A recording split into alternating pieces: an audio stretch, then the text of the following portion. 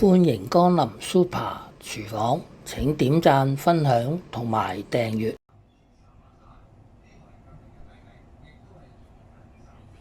鯪魚肉加入生粉，攪勻，切瓜去皮，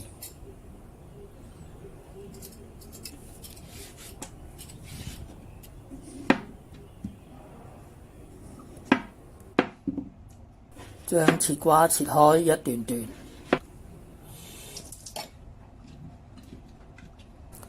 用廚房器將切瓜開窿，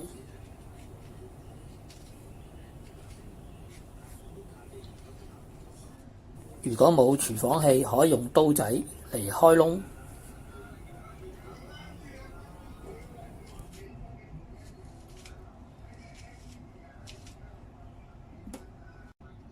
喺個窿周圍搽上生粉，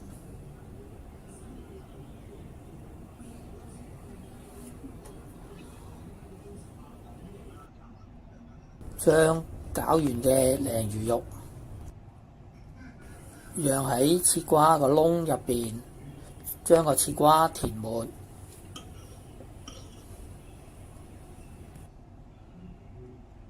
如此類推，讓完一個再讓一個，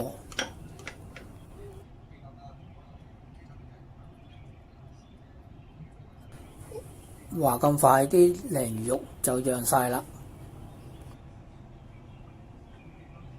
咁樣就可以攞去煎啦。大火落油，爆香啲薑片，再轉中火，將啲魚肉慢慢煎到金黃色。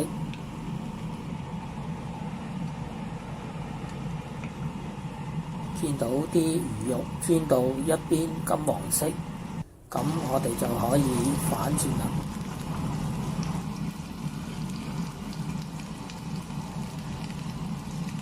反轉再煎，落大約1碗水，用中火焗佢15分鐘。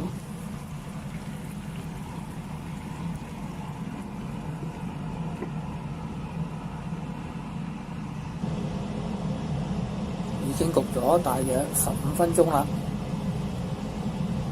見到啲切瓜已經煮腍咗啦。咁樣我哋就可以滗起佢啦。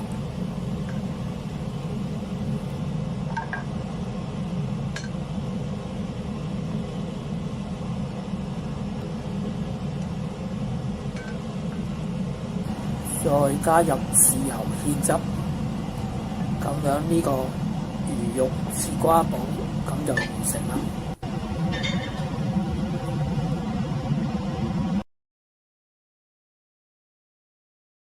睇完片之後記得俾 like、分享同埋訂閱。